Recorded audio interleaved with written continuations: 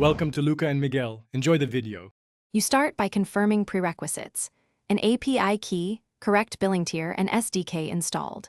Next, set environment variables for the key so your code never hard-codes secrets.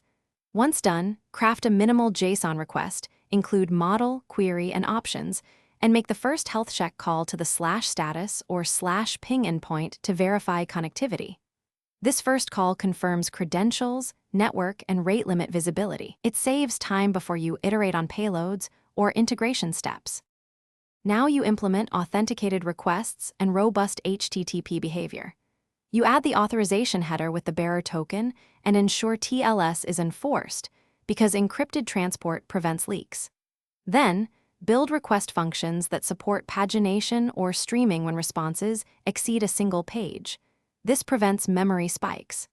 Make sure to set sensible timeouts and implement retries with exponential backoff for server errors. And log response headers. They reveal rate limit resets and usage, which helps you avoid unexpected throttling as you scale. Finish by validating end-to-end behavior. Run integration tests that assert status codes, content schema, and performance targets. Once tests pass, optimize payloads by removing unused fields, batching related queries, and adding caching to reduce cost.